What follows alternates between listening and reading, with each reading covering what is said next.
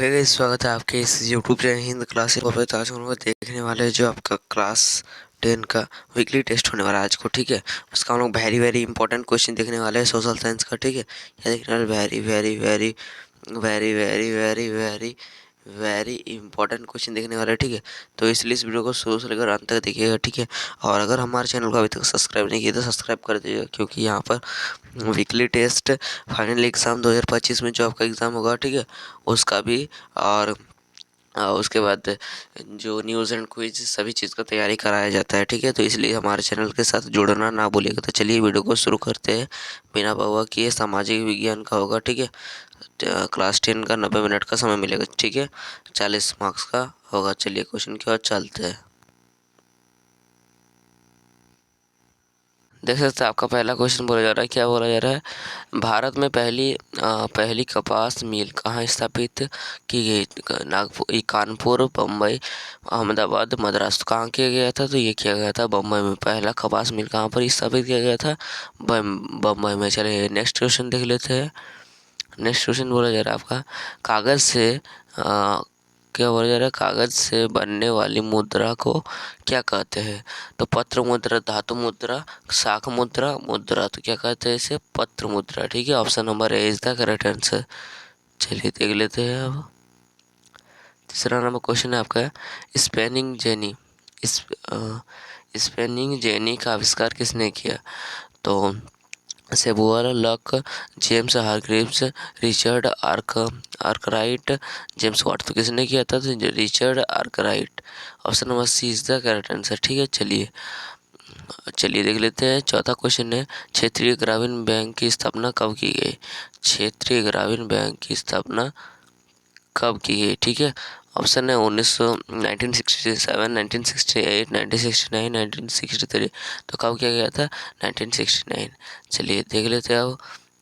पांचवा number question है, निम्न में कौन समाज सुधारक है? तो ज्योतिलाल फूले, उसके बाद ऑप्शन बी है गांधी जी, ऑप्शन सी है अम्बेडकर, ऑप्शन डी है इनमें से भी।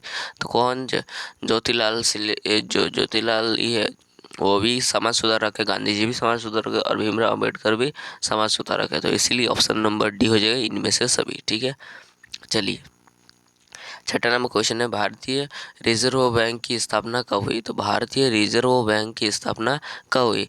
15 अगस्त 1948, 20 नवंबर 1980, 5 नवंबर 1935, 1 नवंबर, नवंबर नहीं, अप्रैल, 1 अप्रैल 1935। तो क्या हो जाएगा इसका आंसर? 1 अप्रैल 1935। ठीक है, चलिए निम्न में से कौन अनौपचारिक क्षेत्र के ऋणों का उदाहरण है? तो साहूकार, उसके व्यापारी, उसके बाद है अ, न, सा- सहकारी रीता, और ऑप्शन डी है ए और बी दोनों। ठीक है, तो अनौपचारिक जो क्षेत्र होता है ना, इसमें साहूकार भी होता है और व्यापारी, ये भी दोनों लोन देता है। ठीक है, तो इसलिए इसका ऑप्शन नंबर डी हो जाएगा, ए और बी दोनों। ठीक है, चलिए नेक्स्ट क्वेश्चन देख सकते हो। आठवां नंबर क्वेश्चन है, बम्बई में पहली सूती वस्त्र मिल कब स्थापित की गई?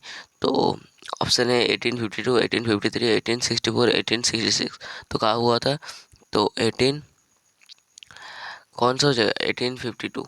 ठीक है, चलिए देखिए मैं बता देना चाहता हूँ, ये जो है ना ऑप्शन जो है ना सभी गलत है। ठीक है, मुझे लग रहा था कि गलत है। ठीक है, क्योंकि जो है ना ये बम्बई में सूती मिल की स्थापना हुआ था ना 1854 में हुआ था। ठीक है, बट यहाँ पे देख सकते हैं 1854 ना किसी में भी नहीं है। ठीक है, तो इसीलिए हम कह सकते हैं ना 1 साल घटा सकते हैं इसमें। ठीक है, 1 साल घटा देंगे तो 1853 भी हम कह सकते हैं। ठीक है, तो कौन सा ऑप्शन में? ऑप्शन नंबर 20 का हम लोग ले सकते हैं। ठीक है, ऑप्शन सबके हिसाब से इसी तरह आप मारिएगा। ठीक है, आपका ऑप्शन इसी तरह रहेगा आपका स्कूल में। ठीक है, चलिए अब देख लेते हैं। 9वां नंबर क्वेश्चन है, निम्न में से कौन एक फसल रेशेदार फसल का उदाहरण है? रेशेदार फसल का कौन उदाहरण है? चना, कॉफी, जूट, चाय। तो क्या हो जाएगा इसका आंसर?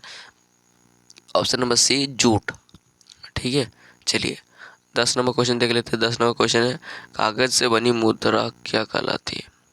ये क्वेश्चन जो है ना हम लोग फिर से देख लिए। ठीक है, ये क्वेश्चन नहीं, 10 नंबर क्वेश्चन दिखाते हैं। ठीक है, चलिए 10 नंबर क्वेश्चन देख सकते हैं इस प्रकार। आप क्वेश्चन जो है ना 10 नंबर क्वेश्चन वो वाला जो देखे ना वो 2 बार मिसप्रिंट हो गया था, ठीक है। इसलिए इस 10 नंबर क्वेश्चन इसको लिए काढ़ी एक को प्रक्रिया है, ठीक है। इसका बुनाई का कताई जिसमें कपास के रेतों के की जुताई के लिए तैयार किया जाता है, उपयुक्त में से कोई नहीं। तो क्या हो जाएगा इसका आंसर? तो इसका आंसर जो है ना आपका ऑप्शन नंबर कौन सा हो जाएगा? ऑप्शन नंबर घ, ठीक है, ये हो जाएगा ऑप्शन नंबर घ हो जाएगा, ठीक है। चलिए ये वाला तैयार किया जाता कताई के लिए, ठीक है। तो चलिए चल लेते हैं सब्जेक्टिव क्वेश्चन की ओर। देख सकते हैं 11 नंबर क्वेश्चन बोला जा रहा है। क्या बोला जा रहा है? औद्योगिकरण का युग किसे औद्योगिकरण का युग किसे कहते हैं? जिस युग में हाथ से बनने वाला निर्माण वस्तुएं बनना कम हो गई और फैक्ट्रियाँ मशीन एवं तकनीक का विकास हुआ, इस औद्योगिकरण के युग को हम लोग कहते हैं, इसे युग को कहा जाता है औद्योगिकरण के युग, ठीक है। इसमें खेतिहार समाज औद्योगिक समाज में बदल गए। जो खेती करते थे वो क्या कहते औद्योगिक समाज में बदल गए, ठीक है। 1760 से 1840 तक युग को औद्योगिकरण का युग कहा गया। औद्योगिकरण का युग कब से कब तक कहा गया? तो 1760 से 1840 के। चलिए देख लेते हैं, अब नेक्स्ट क्वेश्चन देख लेते हैं। देख सकते 12 नंबर क्वेश्चन बोला जा रहा है आपका। क्या बोला जा रहा है? गुमास्ता के प्रमुख कार्य लिखे, ठीक है। तो क्या बोला है? बुनकरों की निगरानी, ये गुमास्ता का कार्य है, ठीक है। आपूर्ति एकत्र करने और कपड़े की गुणवत्ता की जांच करने के लिए एक भुगतान किया जाता है। इसको जो है ना गुमास्ता पैसा दिया जाता है, ठीक है। क्या हो रहा है? गुमास्ता अ, वे स्वेतर सेवक थे जिन्हें बुनकरों की देख रेख, आपूर्ति एकत्र करने और कपड़े की गुणवत्ता की जांच करने के लिए इंडियन ईस्ट इंडियन कंपनी द्वारा नियुक्त किया गया है, ठीक है। चलिए देख लेते हैं 13 नंबर क्वेश्चन की ओर। 13 नंबर क्वेश्चन देख सकते बोला जा रहा है आपका। 13 नंबर बोला जा रहा है ऋण। ऋण के प्रमुख स्रोत क्या लिखे? तो ऋण के प्रमुख स्रोत ऋण स्रोत पैसे उधार लेते समय शामिल नियमों और शर्तों के संदर्भित करती है। इसमें ऋण की चुकौती चुकौती अवधि, ऋण से जुड़ी ब्याज दर और शुल्क, उधारकर्ताओं पर लगान देने वाला जुर्माना शुल्क और कई अन्य विशेष शर्तें शामिल हो सकते हैं जो लागू हो सकती है, ठीक है। चलिए देख लेते हैं अब 14 नंबर क्वेश्चन है आपका। क्या बोला जा रहा है? खरीफ फसल क्या है? ठीक है। इस ऋतु में बोने जाने वाले प्रमुख फसलों के नाम लिखिए, ठीक है।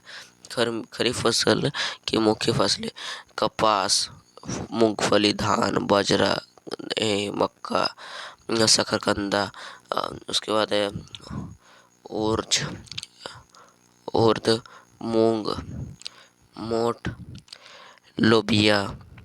लोबिया मतलब होता है मोठ, लोबिया मतलब होता है चावल, ज्वार, अरहर, ढैंचा, गन्ना, सोयाबीन, भिंडी, तिल, ग्वार, जूट, साइन आदि। जायद की फसल में शुष्क हवाएं और तेजी गर्मी सहन करने की क्षमता होती है, इसलिए उत्तर भारत में मार्च अप्रैल में जायद फसलें बोई जाती है, ठीक है। चलिए अब देख लेते हैं यहाँ पर सब्जेक्टिव क्वेश्चन किस प्रकार है। 15 नंबर क्वेश्चन देख सकते हो। आदि औद्योगिकरण का मतलब क्या होता है? आदि औद्योगिकरण का इतिहास प्रारंभिक फैक्ट्रियों की स्थापना से शुरुआत हुई। इंग्लैंड और यूरोप में फैक्ट्रियों की स्थापना से पहले ही अंतर्राष्ट्रीय बाजार के लिए बड़े पैमाने पर औद्योगिक उत्पादक होने लगा था। यह उत्पाद फैक्ट्रियों में नहीं बल्कि घरों में होता था। बल्कि बहुत सारे इतिहासकार औद्योगिकरण के इस चरण क्या हो रहा है? औद्योगिकरण का इस चरण को पूर्व औद्योगिकरण कहते हैं या फिर आदि औद्योगिकरण कहते हैं। इस पूर्व औद्योगिकरण की अवस्था में व्यापारिक आदान प्रदान होता था। इस पर सौदागरों का नियंत्रण था, ठीक है। मतलब गुमास्ताओं का नियंत्रण था, ठीक है। हाँ, सौदागर का नियंत्रण था। चीज़ों के उत्पादन कारखानाओं की बजाय घरों में होता था। ठीक है, उसका उत्पादन उत्पादन के प्रत्येक चरण में प्रत्येक सौदागर 20 से 25 मजदूरों मजदूरों से काम करवाते थे। इस प्रकार आधे औद्योगिकरण से पहले, फैक्ट्रियों की स्थापना से पहले उत्पादन कार्य को आधे औद्योगिकरण कहा जाता है। चलिए देख लेते हैं अब 16 नंबर क्वेश्चन की देख लेते हैं क्या हो रहा है। अ, ऋण के अनौपचारिक स्रोत क्या है। ऋण का अनौपचारिक स्रोत निम्नलिखित यहाँ पर लिखना था। ठीक है, अनौपचारिक क्षेत्र में ऐसा कोई संगठन नहीं है जो ऋणदाताओं के ऋण क्रियाओं की निरीक्षण करता है। ठीक है, अब देख लेते हैं दूसरा नंबर पॉइंट। दूसरा नंबर पॉइंट देख सकते हो, बोला जा रहा है आपका इसका एकमात्र उद्देश्य लाभ करना और इसमें सामाजिक कल्याण का कोई महत्व नहीं रहता। ठीक है, अनौपचारिक स्रोत क्षेत्र में यह अनौपचारिक स्रोतों की अपेक्षा अधिक बजट लेते हैं। यह उच्च ब्याज दरों के अतिरिक्त अन्य कई कई कठोर शर्तें लगाते हैं। इसके अंतर्गत वे छोटी और छीट फूट इकाइयाँ शामिल होती है जो सरकार को नियंत्रण से बाहर लाता होता है। ठीक है, चलिए आज के लिए इतना ही, फिर मिलते हैं नेक्स्ट वीडियो। तब तक के लिए बाय। जय हिंद, जय भारत। थैंक्स।